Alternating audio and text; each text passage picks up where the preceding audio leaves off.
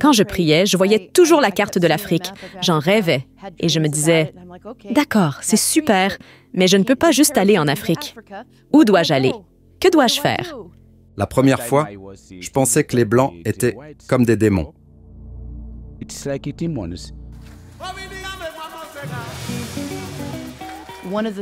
L'une des choses qui lui est arrivée, c'est qu'il était mort et dans la morgue. Dieu lui a donné mon nom. Dieu lui a donné l'image de qui je suis. Vers 2017, Dieu m'a dit que c'est maintenant avec le téléphone. Dieu m'a dit les rêves que la prophétesse a, la structure qu'elle a et tout. Parce que je demandais quel chemin il m'a confié. Dieu, quel chemin? La prophétesse me fera-t-il confiance?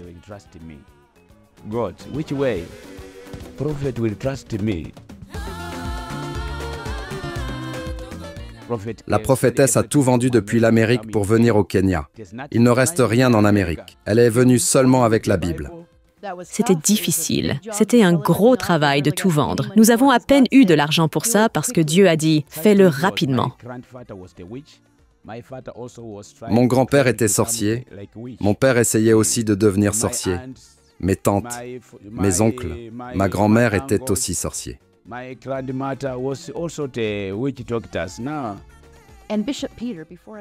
L'évêque Peter, avant que je vienne, il a été empoisonné et presque tué. Je ne le savais pas.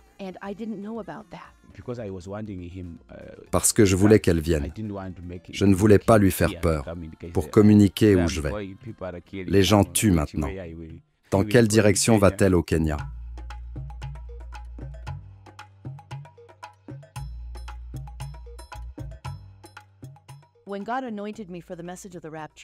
Quand Dieu m'a dit le message du rapt, il m'a dit la toute première chose qu'il m'a dite était « Dieu t'a envoyé ».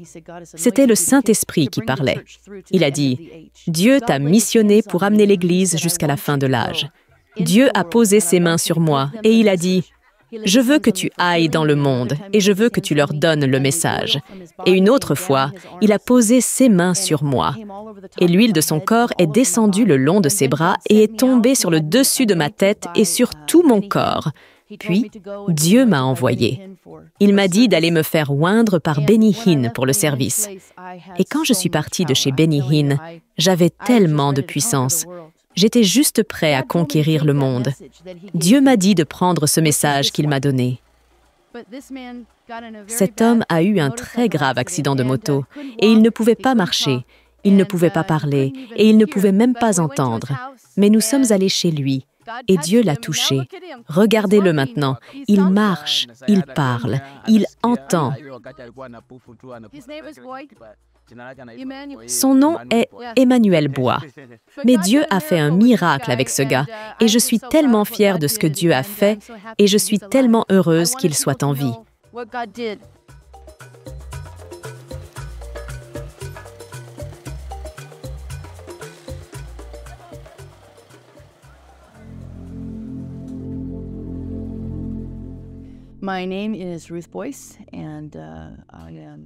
Je m'appelle Ruth Boyce et je suis ici au Kenya depuis presque 6 ans maintenant.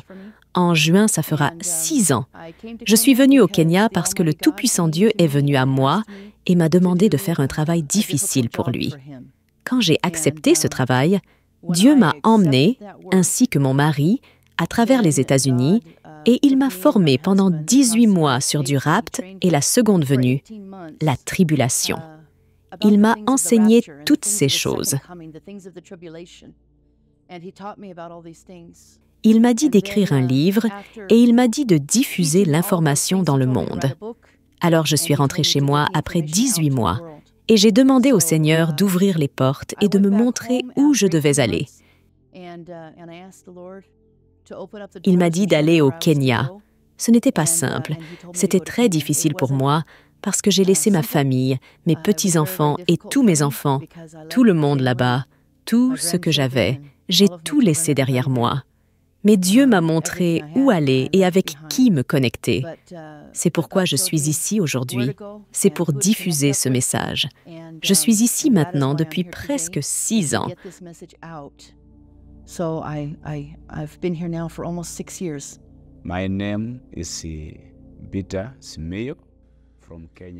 Mon nom est Peter Simiyu, du Kenya, ici à Nyangari. Et la première chose que je veux faire est de revenir là où nous nous sommes rencontrés avec la prophétesse Ruth Boyce.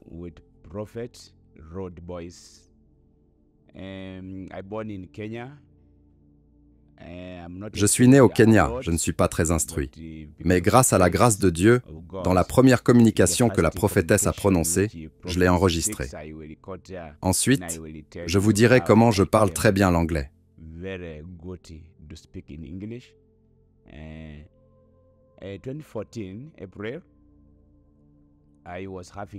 En avril 2014, j'avais une vision, et la vision consistait à travailler avec des Blancs, prêcher sur le rapt.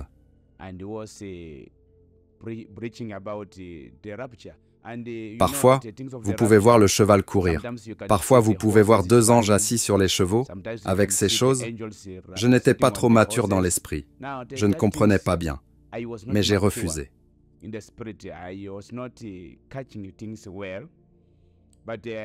Parfois, je pouvais aller prier et ensuite la réprimander. J'ai commencé à réprimander. Est-ce le genre de démon qui court avec les chevaux? Sans savoir qui était l'évêque, sans même être connecté à lui. J'ai tâtonné un peu en Amérique pendant un certain temps en me demandant où je devais aller et ce que je devais faire. Et j'ai dit, Dieu, tu as tout planifié, mais je ne sais pas quoi faire. Il m'avait montré des choses sur l'Afrique et il m'avait montré différentes directions. Comme quand je priais, je voyais toujours la carte de l'Afrique. J'en rêvais et je me disais, d'accord, c'est super, mais je ne peux pas juste aller en Afrique. Où dois-je aller? Que dois-je faire? Et j'ai fini par aller parler à un ami à moi qui était pasteur en Amérique. Je lui ai dit, tu sais, voilà où je suis bloqué. Je ne sais pas quoi faire. Il a dit, Ruth, ouvre simplement un compte Facebook. Alors je l'ai fait. Et dès le lendemain, c'était le 2 avril 2017, l'évêque Peter m'avait écrit et il me parlait comme s'il me connaissait. J'étais absolument émerveillée par cet homme. Il me racontait un peu son histoire, qui il était, mais je pouvais voir et sentir l'onction sur lui. Je savais qu'il était un homme de Dieu. Je n'avais pas peur. Je savais que Dieu me conduisait. Donc, j'ai juste écouté. J'ai simplement écouté ce qu'il disait. Et ici, en Afrique, Dieu lui avait tout dit à mon sujet, et j'avais fait des rêves en Amérique à propos de ces familles africaines qui venaient me dire qu'elles voulaient travailler dans mon ministère, que Dieu les avait dirigées vers moi. Mais je ne savais pas qui ils étaient. Maintenant, cet homme me parle, et il me raconte des choses de mon enfance. Il me parle des moments où j'essayais de faire un ministère en Amérique, des épreuves que j'avais traversées et des moments difficiles. Quand il partageait toutes ces choses avec moi, je me disais, « Comment savais-tu tout cela ?» Mais je ne lui ai pas demandé. Je l'ai juste laissé continuer à parler. J'essayais simplement de discerner ce qui se passait.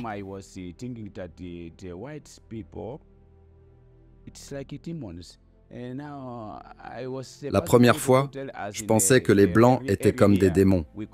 Nous avons un Blanc dans la rivière et ensuite nous allons normalement à la rivière. Quand vous allez voir le Blanc, c'est Dieu.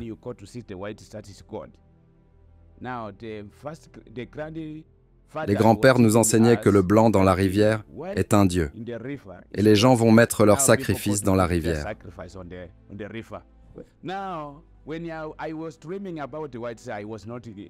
Quand je rêvais des Blancs, je ne comprenais pas bien. Mais Dieu continuait à résister, à apporter les visions et la vision qui était en 2014. 15, 2016.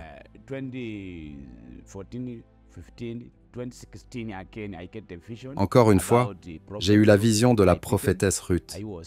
J'étais mort. Mon grand-père était sorcier. Il a tué beaucoup de gens concernant mon père.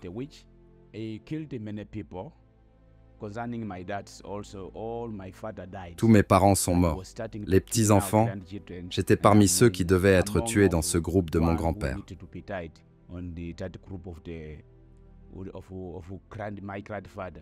Mon père essayait aussi de m'entraîner à devenir sorcière. Mes tantes, mes oncles, Ma grand-mère était aussi des sorciers. Il n'y a rien de bon dans cette famille, car il n'y a personne qui veut se marier, ou quelqu'un pour épouser la fille de quelqu'un et l'amener dans cette famille.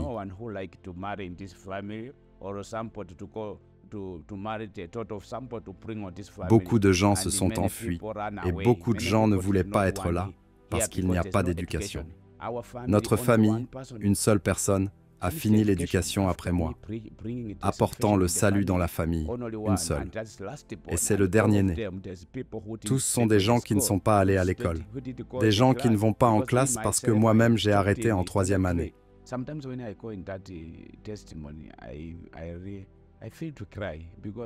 Parfois, quand je parle de ce témoignage, j'ai envie de pleurer parce que les souvenirs reviennent avec beaucoup de choses. Quand je me souviens de ce jour, c'est comme un rêve, mais à cause de la voix de Dieu. Je respecte la voix de Dieu. J'ai réussi à avancer. Ensuite, j'ai dit à grand-père de ne pas tuer les gens. J'ai été battu beaucoup avec des bâtons. Puis Dieu a apporté la vision. Je l'ai essayé. Maintenant, vous allez lever un ministère avec lequel vous travaillez, mais travaillez avec cette dame. Elle s'appelle Ruth. Puis vers 2017, Dieu m'a dit qu'il a maintenant un téléphone. Dieu m'a dit les rêves que le prophète a, la structure qu'il a et tout.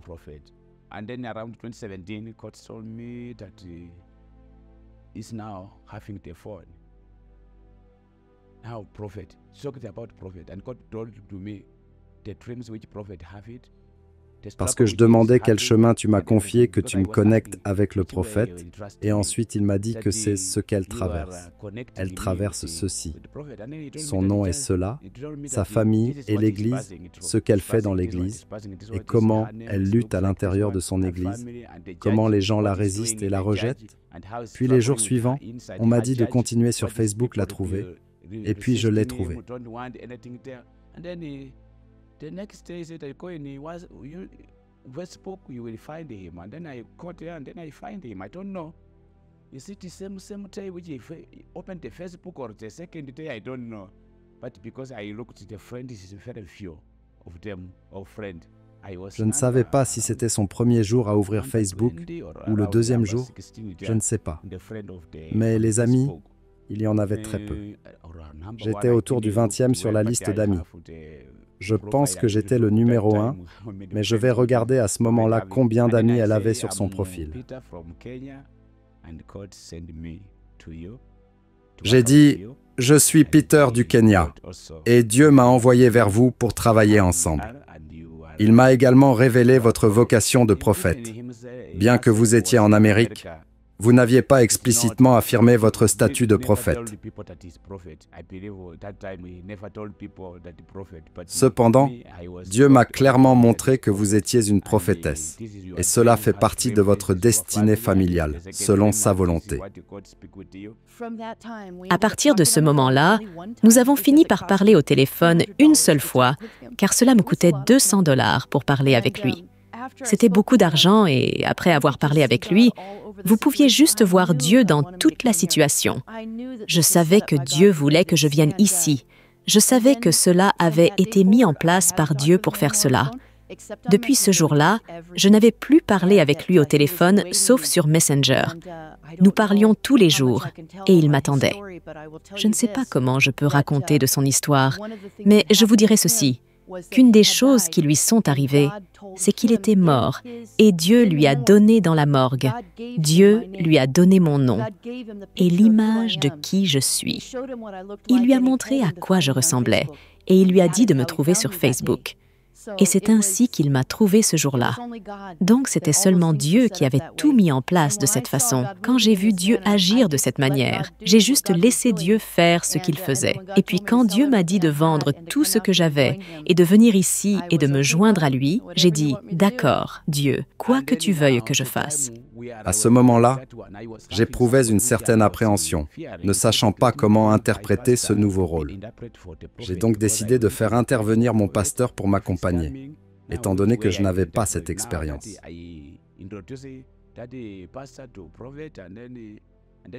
Un jour, elle m'a généreusement envoyé de l'argent pour acheter un téléphone. Par la suite, le pasteur m'a empoisonné, cherchant à me nuire. Il souhaitait collaborer avec la prophétesse, mais dans son intérêt personnel.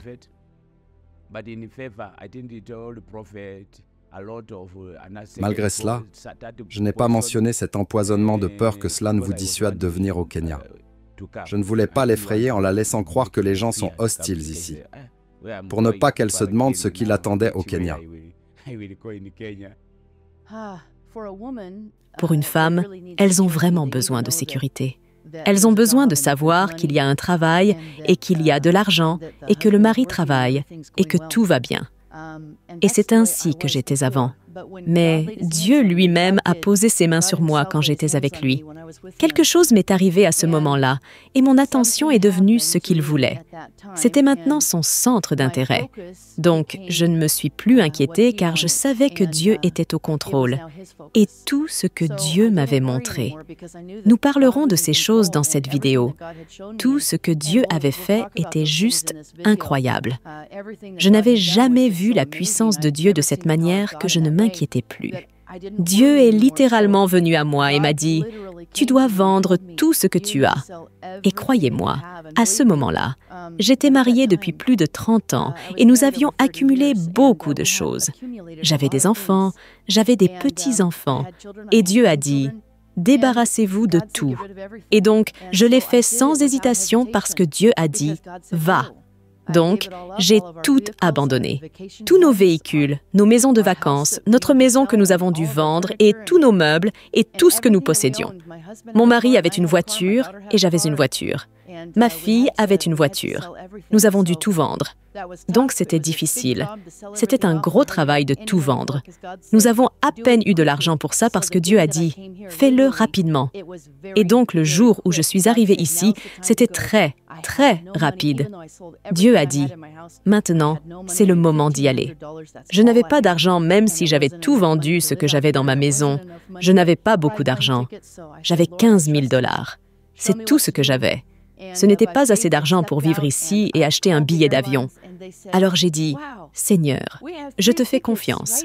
Montre-moi quoi faire. » Et par la foi, je me suis lancée et j'ai appelé les compagnies aériennes et ils ont dit, « Wow, nous avons 3 billets disponibles dès maintenant pour aller au Kenya, aller simple pour 500 $. C'était un montant incroyable. Donc j'ai acheté les 3 billets pour mon mari, ma fille et moi-même. Je ne connaissais pas la région et je n'étais pas inquiet de venir vivre avec un homme, sa femme et sa famille dans un pays totalement différent. Je ne m'inquiétais pas à ce sujet, mais je m'inquiétais de l'aéroport où arriver. Et je ne connaissais pas les aéroports. Tout ce que je savais, c'était Nairobi. Je l'ai vu sur la carte. Alors je suis arrivée à Nairobi, et ça aurait été tellement mieux de venir dans un aéroport plus proche. Mais je ne savais pas. Alors Peter voulait que je vienne à Kisumu et je disais « Non, non, non, je connais Nairobi. Viens me rejoindre à Nairobi. » Alors le pauvre homme a emmené toute son équipe à Nairobi. Il a dû transporter tout le monde. Il a dû payer pour tout ça. Et puis je ne lui ai pas dit combien de bagages j'avais. Pas le montant total. Pourtant, il y avait tellement de bagages. Nous avions besoin d'un camion pour tout transporter. Mais il a trouvé une solution et il a tout fait entrer. Mais nous avons eu un accueil chaleureux là-bas. Je dois vous dire quelque chose d'incroyable. Quand je l'ai vu, lui et sa femme, elle était malade avec la grippe ou quelque chose comme ça. Bishop Peter, avant que je vienne. Il vous racontera toute cette histoire. Avant que je vienne, il a été empoisonné et tué et je ne le savais pas. Je l'ai vu à l'aéroport et il était très maigre. Et je ne savais pas que tout cela s'était passé. Mais ce qui lui était arrivé, c'est qu'il n'avait pas mangé pendant 3 mois et il buvait juste du jus de fruits et des choses comme ça. Alors quand il m'a récupéré à l'aéroport, il était très maigre. Lui et toute son équipe nous ont mis dans la voiture, ont mis tous nos bagages dedans, nous ont conduits jusqu'à l'hôtel là-bas. Puis il m'a dit ce qui s'était passé. Et j'ai dit, « Oh mon Dieu, Dieu a besoin de te guérir tout de suite. » La puissance de Dieu est juste venue. J'ai posé mes mains sur lui et ce qu'il ne pouvait pas manger avant. Et Dieu a complètement guéri tous les trous dans son estomac, tous les trous dans son intestin, Et ce qu'il ne pouvait pas faire après cette prière, nous sommes descendus au restaurant et il a mangé un gros repas. Il n'a pas arrêté de manger depuis. C'était ma première rencontre avec la puissance de Dieu quand je l'ai rencontré. Le prophète a prié pour moi lorsque nous sommes arrivés à Nairobi. À ce moment-là, je ne mangeais pas du tout. Je buvais seulement une boisson appelée Booster pour me maintenir. J'étais très maigre et faible, me sentant souvent comme si je pouvais m'effondrer. Après que le prophète a prié pour moi et posé les mains sur moi, j'ai recommencé à manger. Cela faisait 3 mois que je n'avais rien mangé. Je suis vraiment reconnaissant pour l'onction du prophète, qui a restauré ma force et ma capacité à manger. Vous savez, en Amérique, les gens ne veulent pas de mon message. L'Amérique est pleine de pasteurs de fierté. Ils ont tellement de fierté pour ce qu'ils sont et ce qu'ils font qu'ils ne permettront pas que le message du Dieu Tout-Puissant entre par leurs portes.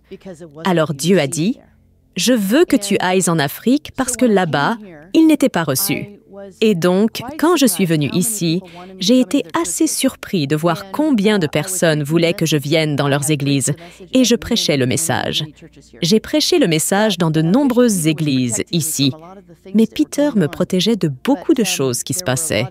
Il y avait beaucoup de pasteurs qui me voyaient comme une source d'argent. Ils ne voulaient vraiment pas du message. Le message est difficile car c'est un message de changement. C'est un message que Dieu a dit que l'Église doit comprendre et pour marcher dans une voie droite et sainte afin de faire la rapture. S'ils ratent la rapture, ils doivent comprendre ce qu'ils doivent faire pour survivre à la tribulation et accéder au paradis. Et oui, il y a à nouveau une opportunité pour le paradis. Mais c'est là que se trouve mon message. Et les gens ici préféreraient juste avoir de l'argent tout le temps. Donc, quand ils m'invitent, le pauvre évêque est souvent sollicité et on lui demande des motos, on lui demande de mettre des églises en place, on lui demande 10 000 shillings ou 100 000 shillings. J'essayais d'aller prêcher à la police. Les policiers eux-mêmes voulaient de l'argent de ma part juste pour aller leur prêcher. Dieu m'avait donné un message pour eux, mais ils ont rejeté le message parce qu'ils voulaient de l'argent. Alors j'ai dit aux policiers, « Vous êtes responsables de ce message. Vous et tous vos hommes êtes responsables du message que Dieu m'a confié. Il y a de bons pasteurs ici qui veulent que je vienne prêcher, mais la plupart d'entre eux ne me font pas revenir une deuxième fois. Ils ont vraiment du mal à ne pas obtenir d'argent. Et moi, je n'ai pas d'argent. J'ai tout vendu. J'ai vraiment tout vendu. Donc, je suis ici littéralement à la merci de cette famille et de la puissance du Dieu Tout-Puissant. C'est pourquoi je suis ici. Et si vous voulez mon message, c'est le message de la vie. La Bible dit que le pouvoir de la vie et de la mort est dans notre langue. Et elle dit de choisir la vie afin que toi et tes enfants puissiez vivre. Alors je vais et je prêche ce message. Vous devez décider que vous voulez ce message. Et si vous le voulez, alors vous comprendrez ce qu'il faut faire pour faire le rapt, et vous comprendrez ce qu'il faut faire pour survivre à la tribulation, si vous manquez le rapt. Beaucoup de gens dans l'Église aujourd'hui vont manquer le rapt.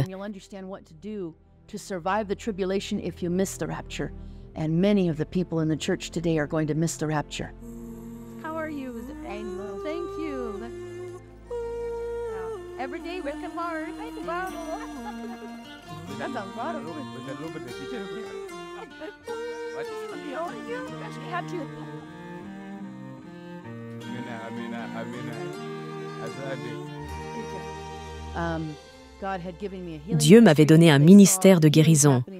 Ils ont vu les guérisons se produire. Ils ont vu des choses incroyables se produire avec Dieu. Donc, ils savaient que Dieu était avec moi. Toute ma vie, j'avais été proche de Dieu. Donc, ils avaient confiance en moi pour ma relation avec le Seigneur. Donc, je venais au Kenya et je dois dire qu'il y avait une certaine nervosité du côté de certains membres de ma famille. Et en ce qui concerne mes frères et mes sœurs, je n'avais pas beaucoup de soutien, mais j'avais une sœur qui me soutenait. Mais les autres, ils n'étaient pas sûrs de moi. Ils pensaient que j'étais folle. J'étais tellement concentrée sur ce que Dieu voulait que je fasse que je suis venue ici, et je ne sais pas. J'étais probablement ici depuis 2 semaines avant que l'évêque Peter ne me dise « Tu veux venir à la maison ?» Et j'ai dit « Oh mon Dieu, vraiment ? C'est possible ?» Je n'avais pas de téléphone, aucun moyen de le faire. Et il a dit « Tu veux rentrer à la maison ?» Alors, nous avons appelé chez moi. Et j'ai eu ma fille au téléphone et elle a dit « Mon Dieu, je pensais qu'il t'était arrivé quelque chose de grave. Je ne savais pas où tu étais. Tu n'avais pas communiqué depuis 2 semaines. Tu aurais pu mourir là-bas. Et nous ne savions pas où tu étais. » Et je n'y avais pas pensé. J'étais juste tellement concentrée sur ce que Dieu voulait que je fasse. Lorsque le prophète est arrivé au Kenya, les tensions se sont exacerbées. J'ai été empoisonné et attaqué à la machette. Les gens se sont retournés contre nous.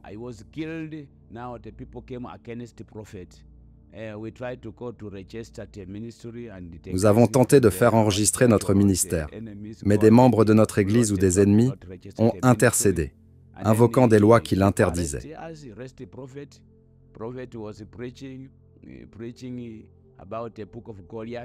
Le projet initial était de prêcher sur le livre de Goliath. Certains prétendaient que David avait tué Goliath grâce à sa foi. Lorsque vous prêchiez et leviez les mains, certains pensaient que vous étiez menaçant.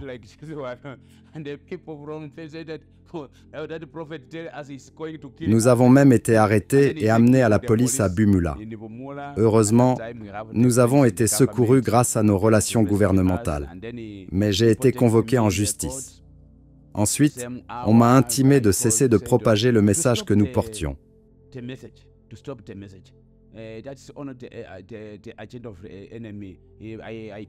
Nous avons été confrontés à des difficultés matérielles, nos biens ayant été confisqués. Nous avons perdu notre première église, pour laquelle nous avions investi beaucoup de ressources.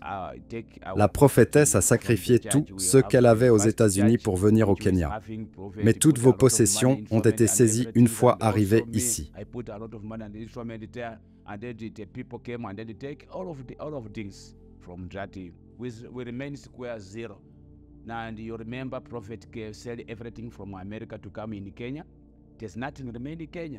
Remain in America. He came only with the Bible and everything to work here. Now people take all things which prophet came with it here in Kenya. Depuis lors, et cela fait maintenant 5 ou 6 ans, nous nous efforçons de reconstruire notre Église, même avec des matériaux rudimentaires comme la tôle. Nous avons également une autre structure à Kimaiti, et nous sollicitons l'aide de quiconque écoute ce message. Prophet for 5 years, 6 years now, we try to build the structure of the church, which is the sheet church, and then we have another structure in Kimaiti, and we need help. Anybody who are listening to this, Je vous prie donc, s'il vous plaît, de soutenir la prophétesse. Étant dans un pays étranger, elle n'a pas de famille ici et je n'ai pas d'amis pour nous soutenir. C'est à vous, qui entendez ces paroles, qu'il revient de soutenir ce ministère. And all African people to receive him, Uganda, everywhere when we go, we need some money and to build, to have the church in Kenya here, to have the ministry to preach. Nous avons besoin de fonds pour construire l'église et permettre à la prophétesse de continuer à prêcher l'évangile dans tout le Kenya, ainsi que dans toute l'Afrique, où elle est bien accueillie.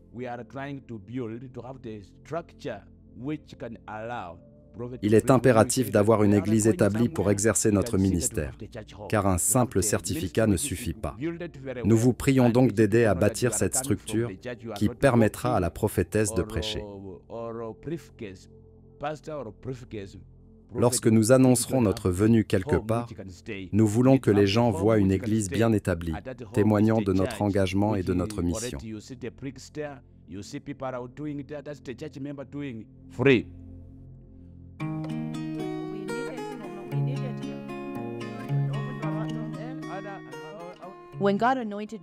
Quand Dieu m'a oint pour le message de la rapture, il m'a dit la toute première chose.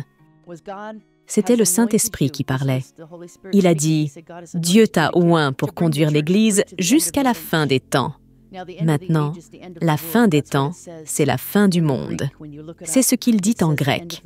Quand vous regardez, cela dit la fin du monde. Et Dieu a posé ses mains sur moi et il a dit, « Je veux que tu ailles dans le monde et que tu leur donnes le message. » Il a posé ses mains sur moi pour la guérison. Et une autre fois, il a posé ses mains sur moi et l'huile de son corps descendait le long de ses bras et venait sur le dessus de ma tête et sur tout mon corps. Et puis, Dieu m'a envoyé. Il m'avait oint par Benny Hinn. Il m'a dit d'aller être oint par Benny Hinn pour 4 services. Et quand je suis partie de chez Benny Hinn, j'avais tellement de puissance. Je vous le dis, j'étais prête à conquérir le monde. Cette structure en construction que vous observez représente notre Église, un projet que nos membres entreprennent avec dévouement et altruisme.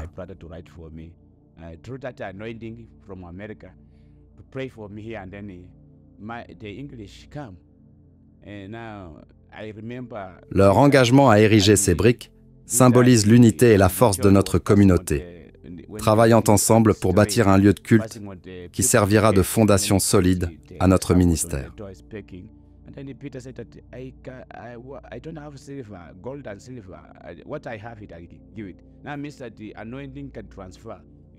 Lorsque ma maîtrise limitée de l'anglais était un obstacle, une puissante onction a été transférée lors de prières avec des Américains. Ce moment a marqué un tournant dans ma capacité à m'exprimer en anglais, me libérant de la dépendance à mon frère pour la rédaction et la communication.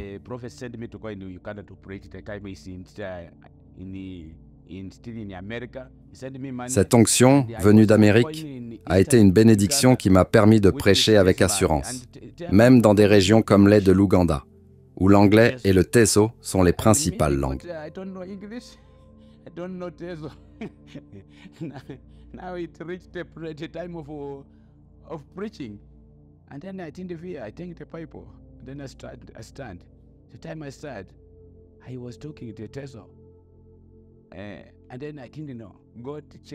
Concernant le ministère Last Call, je vous invite, peuple de Dieu, pasteurs, évêques et nos amis internationaux, à visiter notre site web.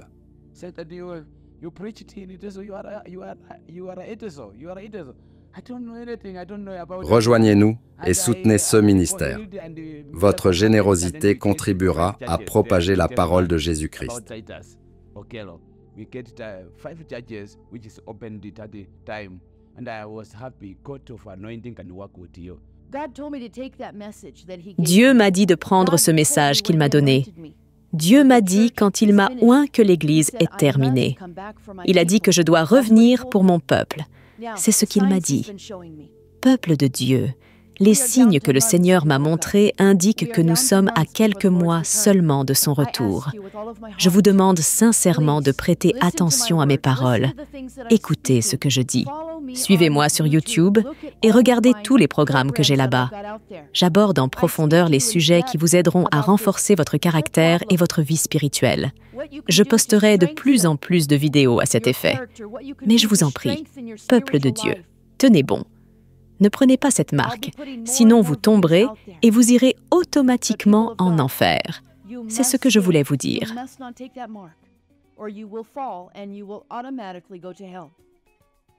Merci d'avoir écouté mon message.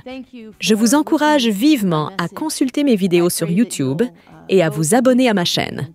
Vous pouvez me trouver sous le nom de Ruth Boyce. Visitez notre site web à l'adresse thelastcallministries.weebly.com. It's thelastcallministries.weebly.com. Thank you for everything that you've done and thank you. Je vous remercie pour tout votre soutien et pour avoir écouté. Je vis maintenant ici au Kenya et nous construisons notre ministère. Je n'ai pas de revenus. J'encouragerais vraiment l'Église à écouter ces messages. Et si vous le pouvez, soutenez ce ministère. J'essaie de transmettre le message que Dieu m'a donné car la rapture approche et l'Église doit comprendre ce qui se passe. Soutenez-moi si vous le pouvez. Même le plus petit don serait grandement apprécié. Nous construisons lentement notre ministère et tentons de construire une Église en ce moment. C'est incroyable de voir des membres de l'Église fabriquer des briques à la main gratuitement. Tout ce que vous pouvez faire pour nous aider à transmettre ce message serait une bénédiction pour moi. friends from outside the country. You will see a website there which is talking about the ministry of last call. Website is there. Please journal. Please stand with this ministry. Stand with the prophet. When the Bible says that I was in a foreign country, you welcomed me. Also, God will welcome you. Anything you can keep with generally heart is about promoting the port of Jesus Christ.